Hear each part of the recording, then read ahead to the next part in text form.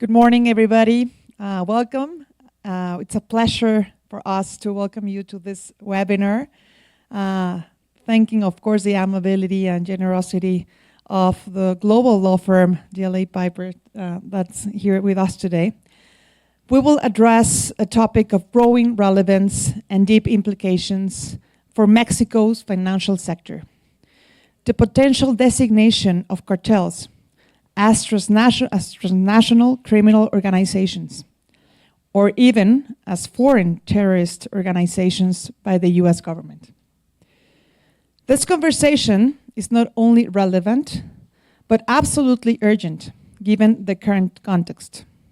In January of this year, the President of the US issued an executive order declaring a national emergency in response to the role that synthetic drugs and transnational criminal groups play in the public health crisis affecting this country. This change would expand the scope of sanctions and allow new restrictions to be applied to individuals, companies, and financial institutions that directly or indirectly collaborate or facilitate or benefit from operations linked to those designated organizations. As a result of this executive order, the regulatory environment will become stricter, and new possibilities will arise to sanction not only criminal actors, but also financial and commercial entities that lack strong mechanisms for prevention, monitoring, and control. In other words, responsibility will no longer fall solely on direct participants, but also on those who facilitate, however indirectly, the operations of these networks. In this context, financial institutions operating in Mexico and connected to the US financial system must be most prepared than ever. It is essential to anticipate legal, fiscal, and reputational risks, strengthen compliance culture, review internal policies, and adopt a proactive approach to meet increasingly demanding international standards. But it's also important to highlight that companies that act promptly and adjust their operations and internal processes will not only mitigate risks, but also strengthen their reputation, international market position, and ability to attract investment and strategic alliances. In an environment where trust is key, due diligence and transparency become competitive advantages. We are joined today by a panel of highly distinguished speakers with deep expertise in regulatory, fiscal, criminal, and financial security matters, both from public institution and private practice. It is a privilege to have them here in this space for their reflection and analysis. I'm pleased to introduce to you Diego Martinez Rueda-Chapital, partner and co-leader for the financial services practice for Latin America. Richard Newcomb, partner and former director for the Office of Foreign Assets Control at the US Department of Treasury. Christian Forth, partner and former deputy assistant attorney general at the US Department of Justice. David Sear, partner, former deputy chief of legal investigations at the US Treasury Department and former US Department of Justice prosecutor. Thank you very much, all of you, for being here, for being part of this conversation, which will no doubt raise awareness, improve preparedness, and strengthen the financial sector's response to a highly impactful and sensitive issue. To everyone here joining us today, and the ones that are virtually connected as well, thank you for your interest and for being part of this strategic discussion. I am confident that this dialogue will broaden our perspective and help us bring and build more informed, resilient, and effective responses. At BIVA, we are very, very honored to have you here. It is very important for our clients, specifically and in the market in general, have access to timely, high-quality information that supports sound strategic decision-making and that will help companies take those decisions very quick. Spaces like this reflect our commitment to promote knowledge and foster a robust financial culture rooted in data, compliance, and responsibility. Thank you so much again, and I wish a productive and insightful session. Thank you so much. Welcome.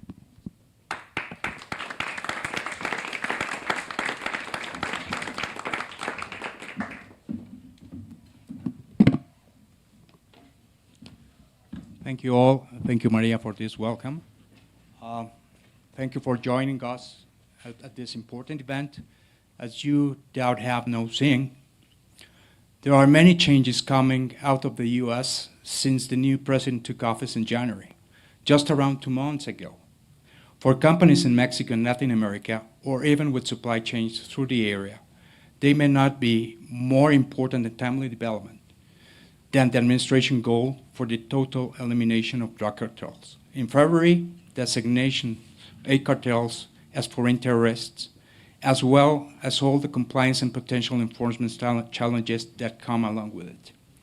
Drug cartels reportedly are involved in many aspects of local governments and throughout legitimate industry such as agriculture, communications, transportations, technology, etc. And attempting to avoid doing business with them could be very challenging. As you will hear from the panelists, the US is taking a very aggressive and whole-of-government approach to combating the cartels in a way that has rarely, if ever, seen before. It is called to action for all companies wanting to continue to be good corporate citizens. Given the volatility of the situation in DC and the potential for escalations at any time, it is not overstatement to say that the situation is, or at least could be, very quickly become a crisis for Latin American companies. And now it is the time to prepare. The good news is that we have assembled an esteemed panel with deep government and private practice experience in navigating these challenges in the trenches. Former US Treasury and US Department officials, Department of Justice officials, and I truly believe that there is no better group to inform you. Work with you and you prepared for and survive this crisis than my partners, Rick, Kristen, and Dave. So I will pass the word to them. Thank you.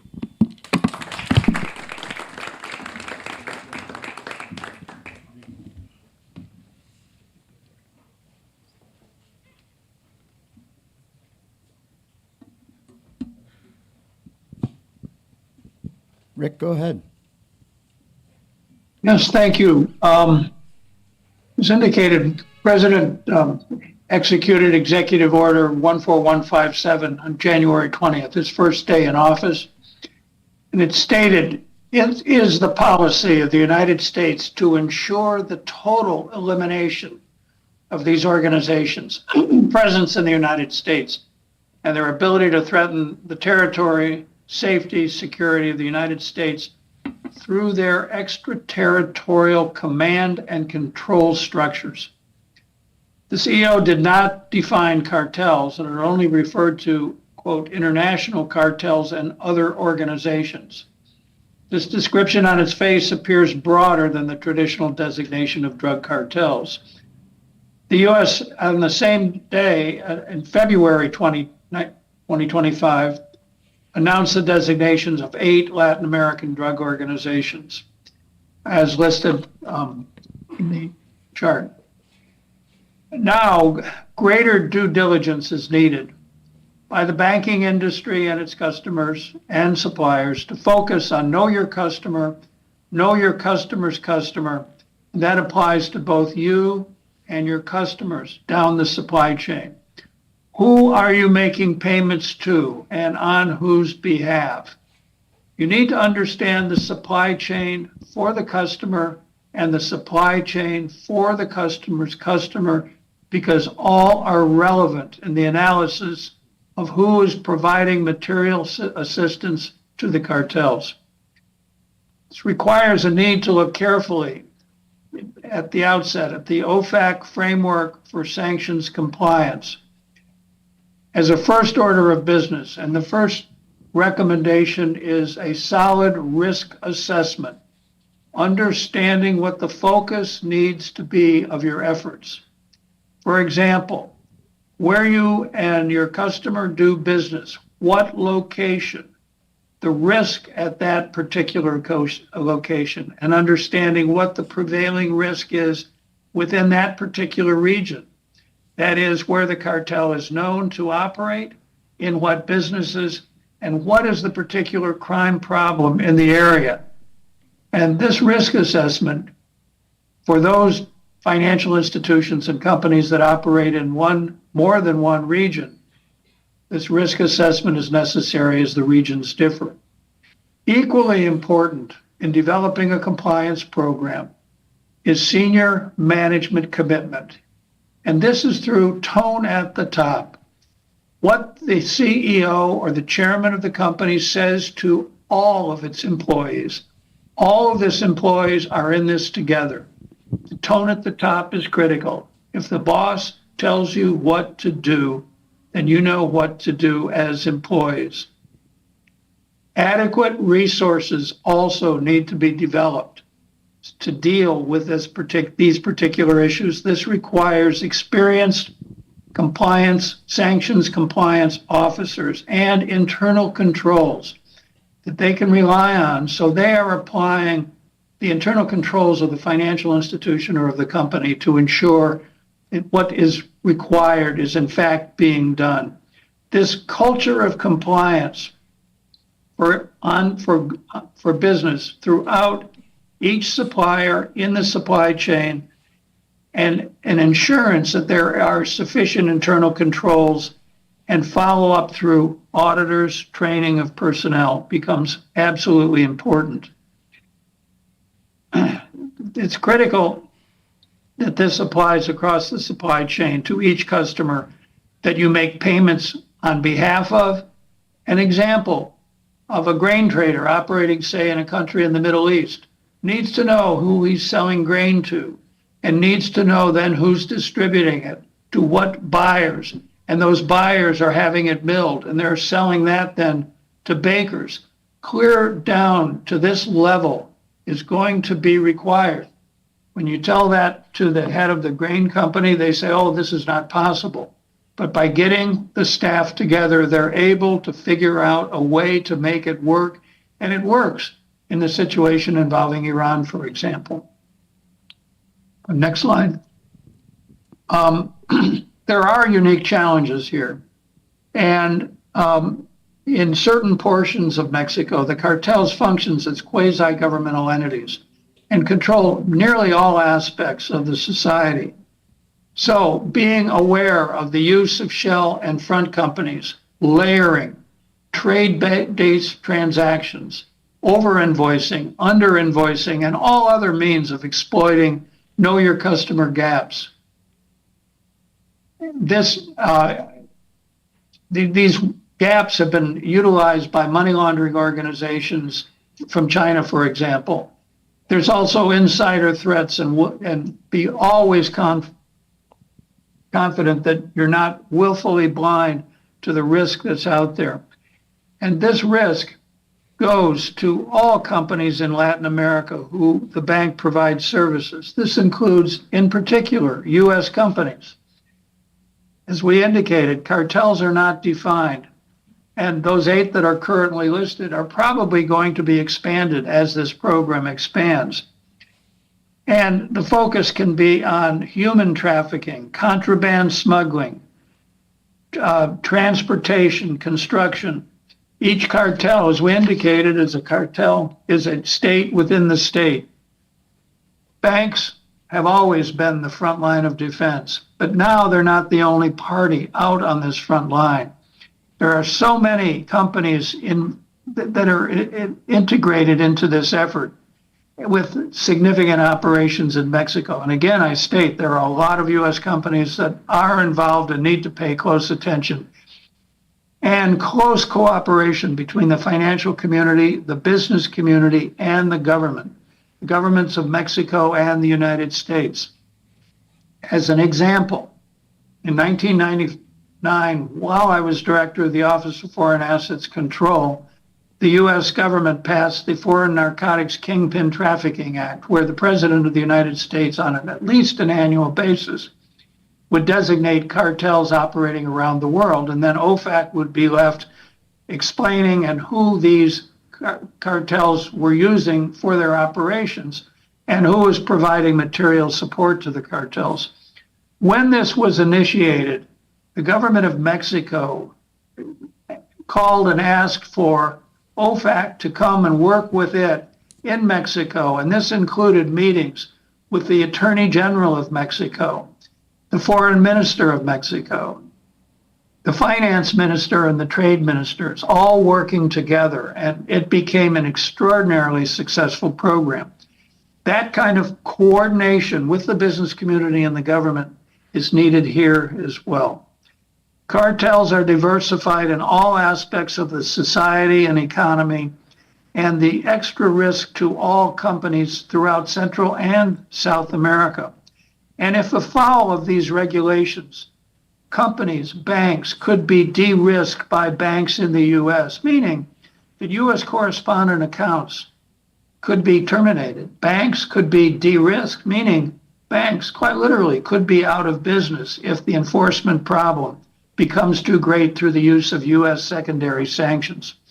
As a final note here, let me mention, it's all transfers that the bank is involved, where the bank acts as an originator, an intermediary, a beneficiary, a foreign exchange transaction, or any other type of transaction that they may be operating with or for one of its customers. So cooperation and partnership with all elements, the business community, the financial community, and the government, are going to be necessary to make this successful. Just, I'd like to make a couple points. And first, delighted to be here. And I'm also extremely fortunate to be able to work with Dave and Rick on this extremely important issue. A couple of the points that Rick brought up, one in particular about the insider threat. And this kind of highlights or illustrates the strain that's going to be placed on financial institutions' compliance programs. So there was some congressional testimony in the United States on Chinese money laundering organizations that were actually targeting financial institutions and attempting to place insiders within those financial institutions to provide intelligence, financial intelligence, and manipulate accounts on behalf of transnational criminal organizations. And that highlights this, and they refer to it as a symbiotic relationship, and it's an example of one of the unique features of this risk that is going to put a strain on the ability of financial institutions to really maintain adequate compliance programs.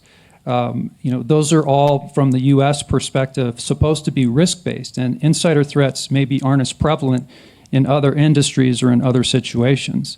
But that was something that clearly U.S. lawmakers are very aware of now. And so if you're thinking about how to design a risk-based compliance program, that may be a factor that you have to take into consideration. Also, Rick mentioned willful blindness. So you talk about, Rick talked about the embeddedness of the TCOs and cartels in the economy. Willful blindness is a theory of criminal liability under U.S. law. It's used sparingly. It's not used a lot. But what it essentially says is you took deliberate actions to, or deliberately avoided learning of a likely risk. And you can imagine there may be a tendency, given the unique features of this threat, to try to avoid it. But U.S. enforcement agencies may view that as potentially criminal if there's violations occurring that could have been stopped or reported. And given the amount of energy that the U.S. government currently, the U.S. administration is putting toward enforcement of these sanctions, you can expect that they're going to be looking for a wide range of ways to bring criminal tools to bear to enforce those sanctions, and willful blindness would be an example. That's right, Christian. Criminal, civil, regulatory tools, all of the tools will be brought to bear by a number of different agencies in the United States. That's what, when Diego referenced whole of government approach, it means that the United States and different agencies that may not ordinarily collaborate are collaborating on what the president believes is a very, very significant problem. I will tell you, I was at a conference involving a public-private partnership. That means there were financial institutions, lawyers in private practice, and law enforcement regarding this issue. And it's unclear in any given presentation that I give what will resonate with the audience. I will tell you, in the United States, when I explained that reportedly cartels are involved in agriculture, including potentially avocados, there was an audible gasp in the audience, and they then understood, I believe, how challenging of a scenario this may be in the event, for example, that a business were to decide engaging with a counterparty is too high risk and wishes to stop doing business with that counterparty. If that counterparty is or is connected to a cartel, that could create very significant circumstances.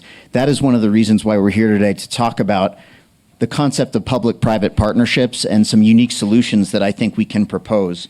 Just to give a little bit of a finer point on what Rick talked about with respect to a risk assessment, in the United States, OFAC sanctions are what's called strict liability. You do not need to know that there is a law prohibiting you from dealing with the country of Iran. Simply, if you deal with the country of Iran, if you transact with them, it is a violation. Now, a sanctions compliance program along the lines that Rick discussed and I'm about to talk about, they are not legally required. And Christian and I and Rick often get the question, well, do I need to have a sanctions compliance program? The answer is no. However, U.S. law enforcement and OFAC have an incredibly powerful tool, which is this strict liability, no knowledge required violation. This means that companies, even very well-intended companies that have strong compliance programs, they're not going to be perfect. However, if there is a violation, you will be in a much better situation to resolve the matter, potentially with what's called a no-action letter or a non-public warning letter, if you have a reasonably based, risk-based, reasonably designed sanctions compliance program. The government does not expect every company to be perfect, nor could it. One of the things that we're here to tell you today is that you do not need to have a perfect compliance program to fit the needs of any and every company out there. But what you do need is to develop your compliance program around the risks that your company faces, those unique risks. And that is one of the things that Rick and Christian and Diego and I help companies with all the time. It is very, very important that you make sure your compliance program is risk-based. We use the term in the United States, boil the ocean. It came out of, I don't know, a very long time ago. It is impossible to boil the ocean. And none of the agencies want or expect companies to boil the ocean, and we don't expect that either. With respect to BIVA, I understand that BIVA is regulated by CNBV. You all are a sophisticated entity, and so you have unique risks that face you all. You also have a unique set of risks because your customers are entities, among others, listed on your exchange. And so you will be thinking about their risks as well. There are so many things to discuss and ways to talk about that. One of the things that I would say that's very highly relevant is we have a blueprint, oftentimes, from government, from law enforcement, from regulatory agencies. And here, and this is one of the things on the slide, FATF, the international standard setting body, and FinCEN in the US have put out money laundering methodologies related to fentanyl trade and have put out red flags. And those are important things to review, to bring to the attention of your senior management and boards of directors, and to make sure you are thinking about those new risks in light of your specific sanctions compliance program. With that, I will turn it back over to Christian. Yeah, that's a good point about you alluded to the guidance that the government puts out. And over the last few years, in particular, FinCEN and Office of Foreign Assets Control have been pushing out a fairly high volume, relatively speaking, of guidance covering a number of various issues that are particular challenges for companies. I mean, everything in particular. They even published guidance, for example, on how companies should handle a ransomware situation, which in a sense we've talked about is analogous, because you have a situation where you have a company that's facing essentially extortion, and they may be in the position of having to decide whether or not they're going to violate sanctions laws by making a payment to a sanctioned entity potentially, or obviously violating customers' privacy rights. And there's guidance out there on that, and we'll get into that a little bit more later. But I would encourage everyone who's, especially even if you're a non-U.S. financial institution in particular, is to really track that guidance that's published by FinCEN and OFAC. It's very helpful. If I might comment on Christian's remark, I had a case involving a bank which was being the subject of ransomware. And we talked about the many options available. All access to this information had been cut off. And I said to the chairman of the bank, look, you need to be in touch with the Treasury Secretary, because he's very concerned about this. He said, oh, couldn't bother him about this. Well, came around. He said, yeah, we really need it now. So we got in touch with the Treasury Secretary. His first words were, and he assembled a meeting with the chairman of the SEC and the head of cybercrime and the Justice Department. The first words, why didn't you call me sooner? Very reassuring. He was a little put off by the fact that it had waited that long. But it stresses what David and Christian have been saying. This has to be a partnership. It's not out to make bad guys. It's out to create an environment where working together we can address this problem. So if there is an issue, work with your businesses, work with the community, work with the government, and work with the U.S. to find a way to address the issue. Invite OFAC to come and tell you how they intend to interpret this. The U.S. State Department will be very interested, as it is a priority, an enforcement priority, with regard to going forward with what's going to happen in this administration. Full disclosure, this was not scripted, but I did bring up ransomware early because I know Rick has told us that story, and it's really on point, and it provides a template for the kind of response you may be thinking about in a situation where you may be facing a potential violation involving foreign terrorist organizations. It's a very similar playbook. Right. It goes to the point, and Christian will talk about in a minute, prior DOJ cases, but it goes to the point where if you are facing an extortion payment and don't know what to do, we are proposing that there is a thoughtful, safe, operationally secure playbook on how to handle that.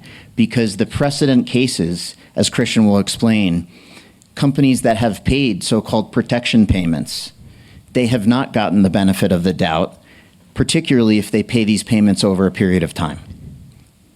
And it goes to what we've talked about is it starts with strict liability, where even if there was no criminal intent, if there's a violation, there was for example, foreign terrorist organization received payment or some type of benefit was conferred, it's a violation, and it doesn't require that criminal intent for there to be a penalty. Do you want to talk about the GTO, just to kind of illustrate? Yeah. And this is just an example of, I think the enforcement priorities as they've been shifting are fairly clear. In fact, the Director of National Intelligence just this morning was testifying in Congress about global threats and she started off by talking about TCOs and cartels. So I think the priorities are fairly clear. I will say that the U.S. government is taking steps to operationalize those priorities. So we're seeing a shift in resources in various departments away from, for example, the Russia sanctions. You may have read about task force kleptocapture being essentially reassigned to meet these priorities and objectives of the new presidential administration.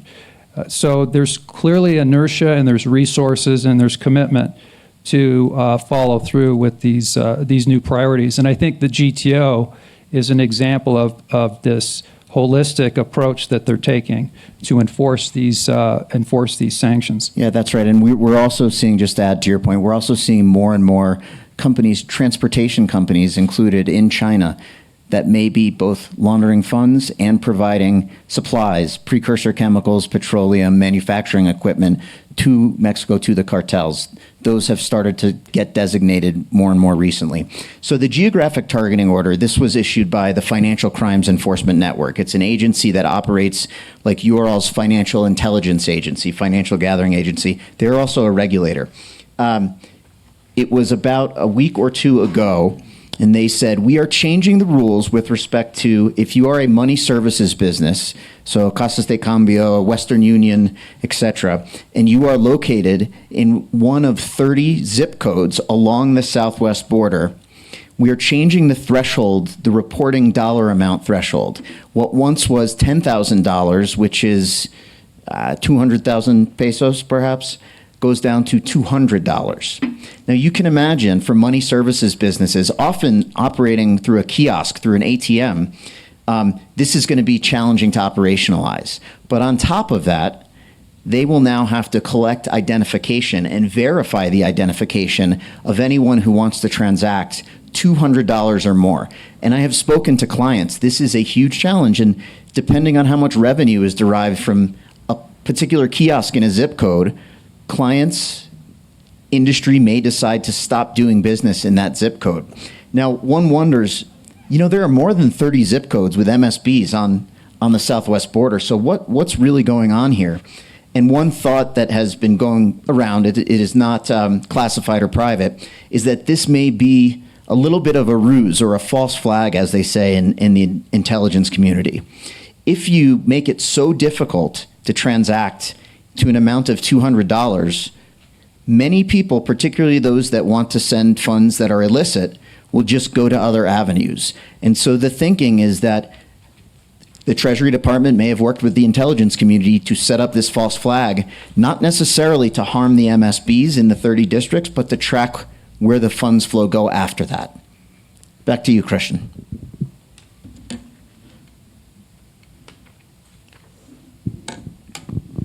So I mentioned we're really kind of focusing in on some of the unique features of these designations. And one is that just the designations themselves, particularly foreign terrorist organization, opens up an array of enforcement tools that aren't necessarily available to enforce other sanctions programs. And you may know the U.S. government maintains dozens of sanctions programs. They all have their own nuances. In this particular case with FTO, there is the Material Support for Terrorism statute, which is a criminal statute that's available when someone knowingly or an entity knowingly provides material support to a foreign terrorist organization. So you could ask, well, what is material support? And the definition is broad. It could be a payment. It could be other financial services.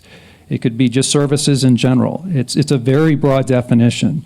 And there's actually been a corporation that has been charged under that statute. And this goes back to around 2011. And this was the Lafarge case, a company, Paris-based, so non-US based, it was a construction company that had operations in Syria, and the civil war broke out in Syria, and their subsidiary, they worked out an arrangement where they were making payments to now foreign terrorist organizations or terrorists to protect employees and maintain operations. And the company was hit with a massive fine. And again, this is a tool that is an enforcement tool that is available when we're talking about foreign terrorist organizations and providing support. And that support can extend down the supply chain. You can imagine with such a broad definition how that enforcement tool may be leveraged, not just to go after entities that are providing what we would consider more conventional or direct support, like weapons or direct funding, but also other other types of support as well. And we also talked about the strict liability, which I think is somewhat unique. And the other unique enforcement tool that, in particular over the years for sanctions enforcement, that U.S. Department of Justice has been leveraging is conspiracy. So under U.S. law, if you form an agreement, two people form an agreement to take, or in furtherance of an act toward some type of criminal end, that they can be charged under as a conspiracy or under a conspiracy theory. And that has been used to cast a very wide net in sanctions enforcement cases. There's been cases where, for example, and there has to be a U.S. nexus, but that U.S. nexus could be very small. It could be a one transaction through one correspondent account in the U.S. And there's been cases involving a wide range of non-U.S. Individuals and companies that were charged for sanctions violations under a conspiracy theory. That's a fairly unique to U.S. law, but it's used quite aggressively, and it's, again, used to charge non-U.S. entities. Do you want to talk a little bit about the duress defense? So there have been cases where companies essentially would have or asserted duress, and the idea being that they're they have the choice of making the payment to protect employees. That is, at least history tells us that defense is not going to be readily available to companies, and I think it goes to, in part, we mentioned, we talked about, Rick brought it up, the ransomware example. If payments continue under those circumstances, the threat is known. The issue there is if a company does not get law enforcement regulators, or in the ransomware case, try to take steps early to get guidance on what to do, and instead they take it into their own hands. The duress defense may not be available. The government is not going to necessarily give that much credence. Yeah, and what I would say, I represent a lot of blockchain companies where the regulations may not always be clear, and law enforcement, at least in the last 2 to 3 to 4 years, has been very aggressive. But in scenarios like this where you are in potentially a very, very high risk situation, I would say I advise my clients that where appropriate, proactive outreach to law enforcement is a risk mitigation strategy in itself. And we have built very strong relationships. We all come from the Justice Department, the Treasury Department. And if and when a company needs our services in that way, we will already have those relationships in place so it doesn't come as a surprise. If I might add to that, as director of OFAC, we would frequently get phone calls from people in tight situations, under duress, wanting to report a potential violation, and we would want to work with them. It would be a very important phone call that if we had to bring DEA involved, or the Justice Department, or the FBI, we would do it immediately. The goal here is not to prosecute people, not to put Mexican companies out of business. The goal here is, and I'm saying this as a former government employee, to work with the financial institutions and businesses within the region to have a compliance program that works, not to create problems for them so that enforcement action could be brought.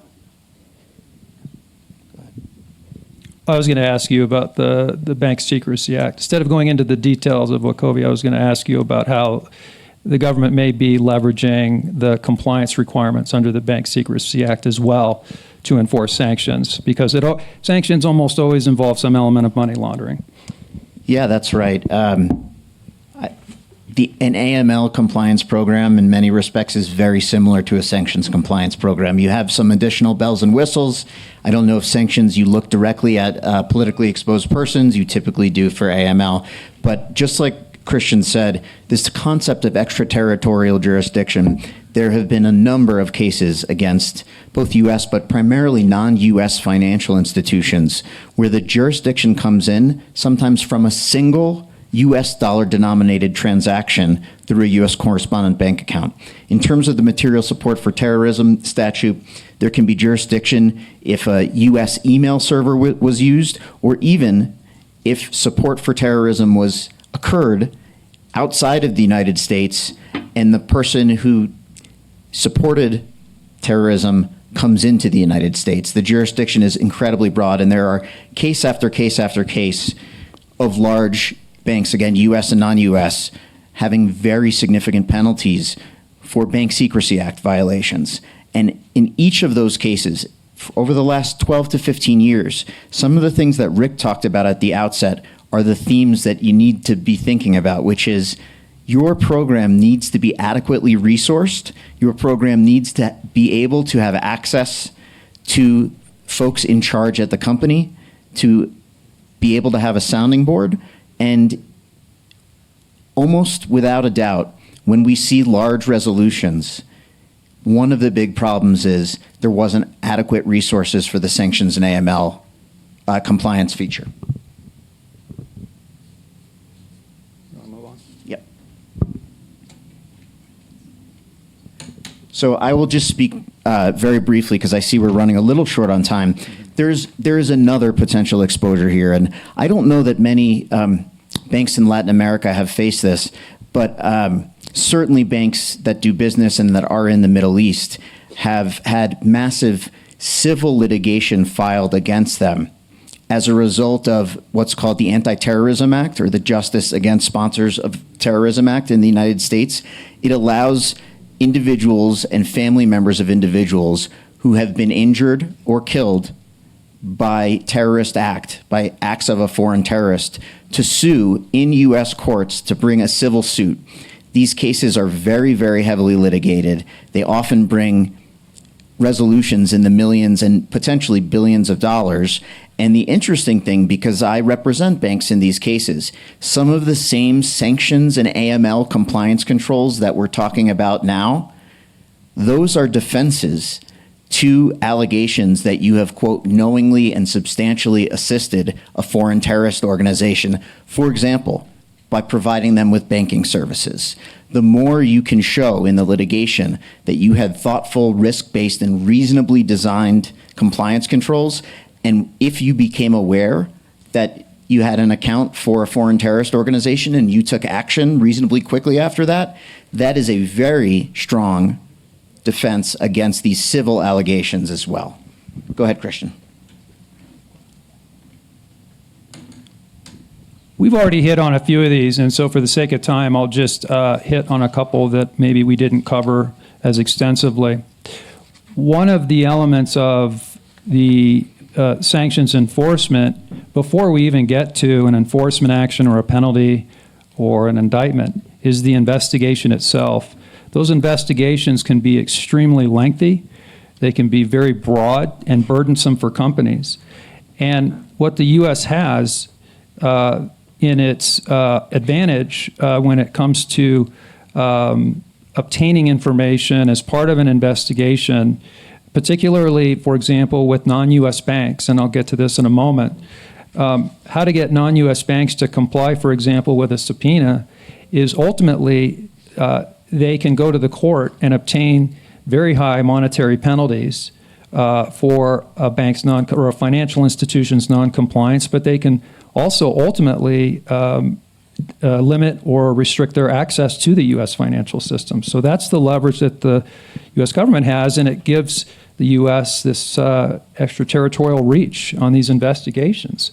And an example is the Patriot Act subpoena. So it hasn't been used much, but we would expect to see it used more. It allows the U.S. Enforcement arms to issue subpoenas to non-U.S. banks for correspondent account or for bank records that may not necessarily have a strong U.S. nexus. And originally, the process for example, a U.S. Attorney's Office to obtain authorization to issue a subpoena, like the Patriot Act subpoena, it was a fairly lengthy process. It involved getting concurrence authorization from Office of International Affairs, and the kind of top-level authorization steps have been essentially removed. So U.S. attorneys' offices, and there's 94 federal districts in the United States, are going to more ably be able to issue these subpoenas if they want to open up sanctions investigations involving non-U.S. financial institutions. And I would also like to add that there is, I think, a general trend toward removing the decisional bureaucracy that often or used traditionally has been part of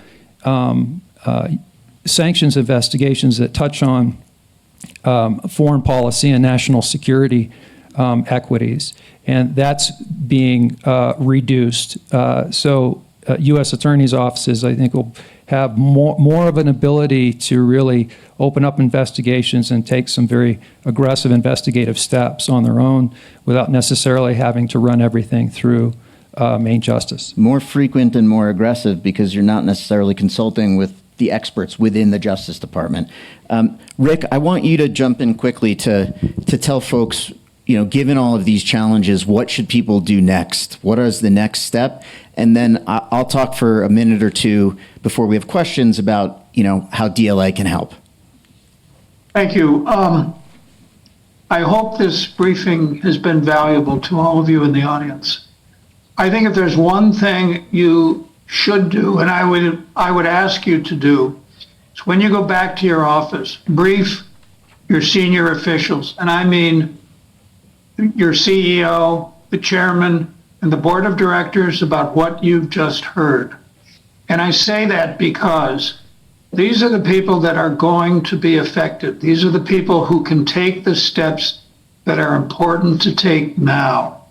And taking steps now is absolutely critical. A compliance program is great. None of them are perfect. They can always be enhanced, but you need one. You need one to demonstrate that you're taking it seriously. You need the tone at the top. You need the CEO and the chairman and the board of directors on board.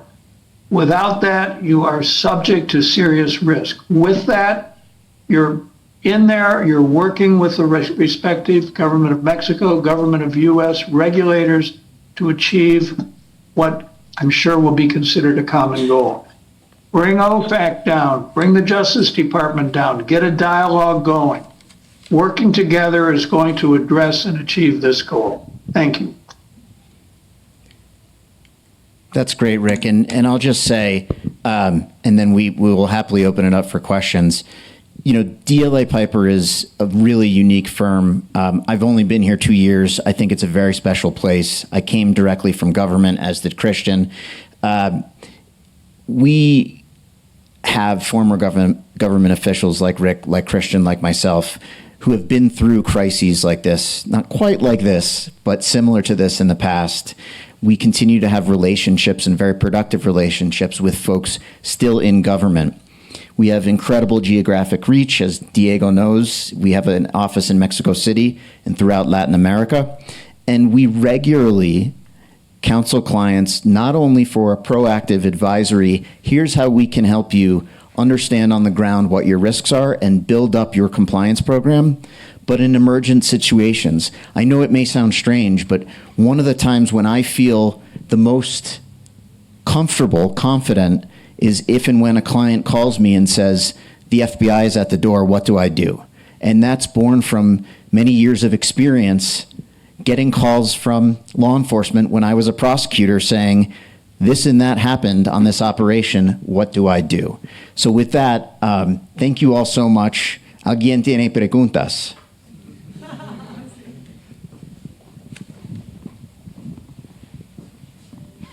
Hi, thank you so much for your presentation. Very enlightening. I'm Jose from Viva, head of sustainability. I have a few questions. One is the fine line between the benefit of the doubt that you guys mentioned. Is it extortion or collusion? Because if you're paying for protection for a long period of time and all of a sudden you get flagged, well, you know, maybe you could say, I'm colluding with the organization, or am I being extorted? I think the optics are probably tricky. And the other is, if a Mexican company faces a situation where they're being extorted or anything, on top of informing the Mexican authorities, should a Mexican company report it to any U.S. authorities as well? So I'll let Christian handle the first one. The second one is a very, very sensitive topic, and I would say more often than not, if there is U.S. exposure, I would go to U.S. counsel first to come up with a plan on who to notify and the order of notification. This may be an unsatisfying answer, but it is very much fact and case specific. I don't think there's any general principle where you could determine, what's collusion versus extortion. What I will say is that similarly, there are companies, and we advise companies that have had years-long relationships with distributors, with third parties, who then end up getting sanctioned. And unless there is some type of general license or other authorization to allow the relationship to continue, very often they have to immediately and abruptly cut off that relationship. So if you're making payments to an entity that maybe wasn't sanctioned or designated but now is, I would use that as an analogy to kind of advise what next steps may have to be. But to Dave's point, it's a very sensitive question, and there is no template. It's case by case. But it goes to some of the points that Rick made from his experience as OFAC director is sometimes getting the right law enforcement people involved early might be one possibility. I'm not saying it's always the right answer, but One of the things I would add to that, if I could, it always comes down to what is the story you have to tell? What have you done? Did you do a compliance program? Did the CEO come out with some kind of guidance? What were the factual basis with which you got extorted or possibly were colluding?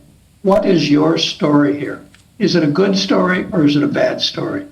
Do what you can to make it a good story so that you have been trying as best you can. You have a compliance program.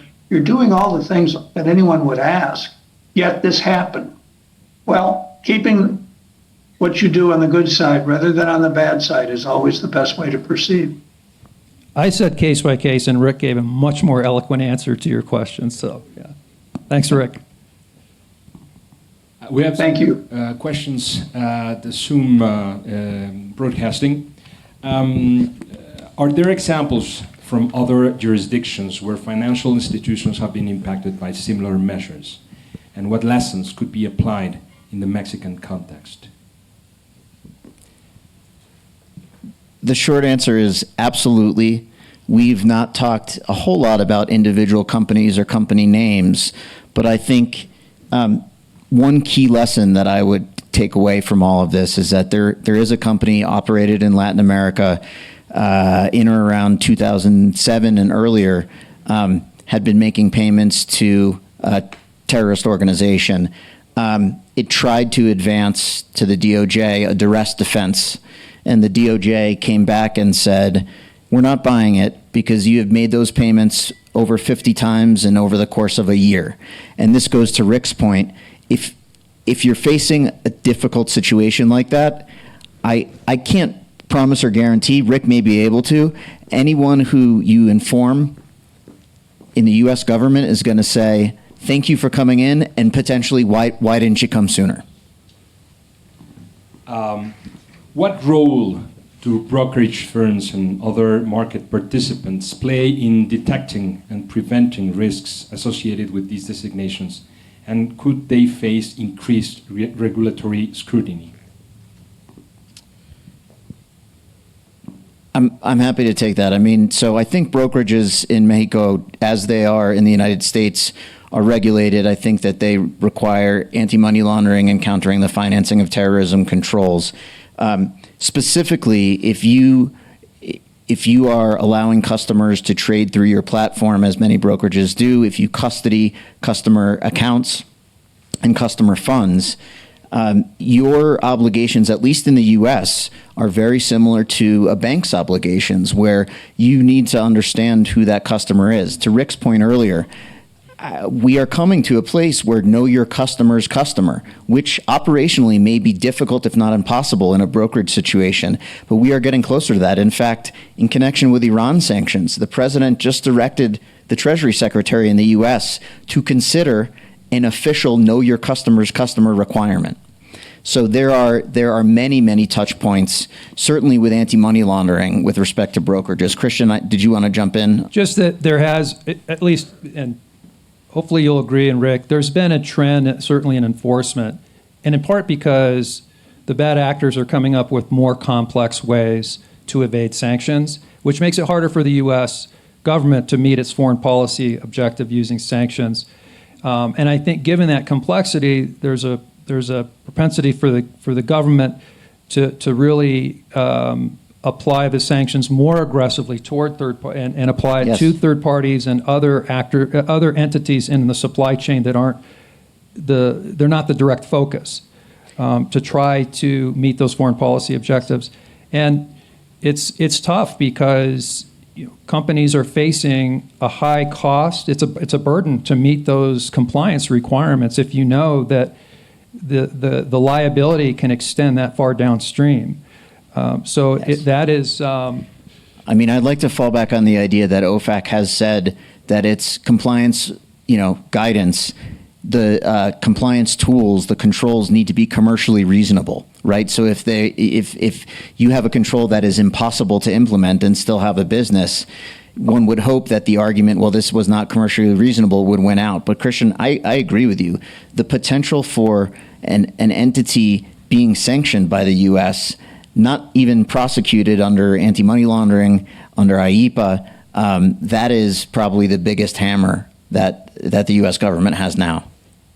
And on top of that, the U.S. government has been trumpeting that they're going to, no pun intended, have been saying that they expect more severe penalties.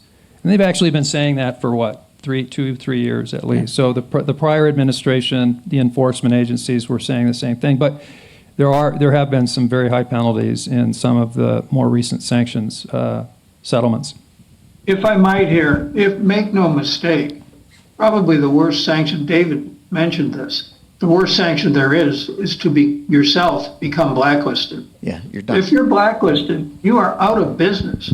If you're a bank, you have no ability to have any kind of a transaction with the U.S. financial system. You can't be a correspondent. You can't conduct transactions in dollars. It's over as far as international banking is concerned. And for that matter, for businesses, if you want to rely on exports or imports, you can't do it without being able to utilize U.S. dollars. So the risk is huge. At least if you're prosecuted, there's procedural due process. There's very little procedural due process if you're blacklisted. And it's something you just need to know and need to recognize that you could become debanked. You could lose your ability to conduct transactions in dollars if you become subject to secondary sanctions. There is a process to get delisted from a the bad OFAC list, but it is. It is very hard. Yeah, it is. It is. Another question. Should we expect the CNBV or the stock exchanges to strengthen their supervision and monitoring mechanisms to mitigate risks arising from exposure to these organizations? I think so.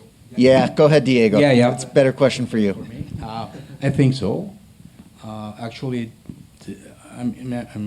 other associations have been. We have been helping other associations as the bankers associations with these topics, and for example, Rick has recurrently repeated to us that it's very important to have an approach with the authorities. They need to know what's happening and put plans in place right as soon as possible. So I'm quite sure that they will be doing that. Yeah, I would also say yes. I mean, the CMBV generally follows FATF, the Financial Action Task Force. We'll see, the U.S. is potentially going to have some challenges with FATF because of what it decided to do with respect to what's called its beneficial ownership rule. I would expect FATF to take up the mantle of, drug organizations, cartels are not good, and put out some guidance, and that will flow down to the key FATF members, which include Mexico and its agencies. Just a couple more questions. I think you have already talked about this. Will this designation increase due diligence obligations for brokerage firms and issuers in terms of compliance with international relations, such as OFAC or FinCEN? Yeah, absolutely. So I think of the 8 recently designated drug cartels, 7 had already been designated under different sanctions compliance programs. So that, in terms of incorporating them into your sanction screening and your due diligence, many organizations may have that in place. I think that one of the 7 was not previously listed by OFAC. I think what you'll see in the next, I don't know, Rick and Christian, few weeks, months, we don't know exactly, but to Diego's point at the outset, I think we're going to start seeing more and more new drug cartels, transnational criminal organizations being designated that are not on another list. And when that happens, it will require really a lot of thoughtful and quick work by not only the compliance part of the organization, but senior management. Because in theory, it is possibly not legally required, but you get a new name. In appropriate circumstances, I would recommend looking back to see how that new name has interacted with your institution, so you can at least have the intelligence to know where it has been in the past. Thank you. And finally, what measures should issuing companies take to ensure regulatory compliance related to indirect exposure to designated criminal organizations? Well, I think if you start with, look at the OFAC website and look at a framework for OFAC compliance. It will lay out those steps that it recommends be taken.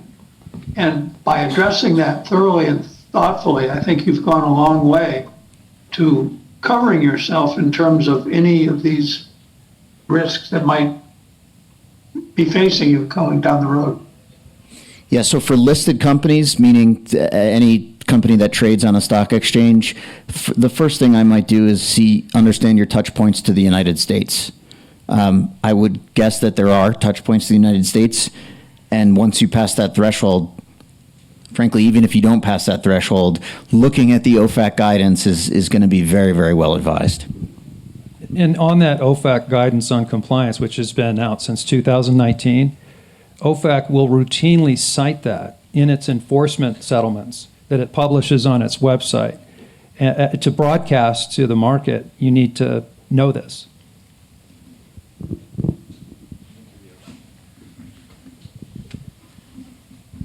Thank you, everyone. Please Thank you come to very us with much. questions in the future. Thank you.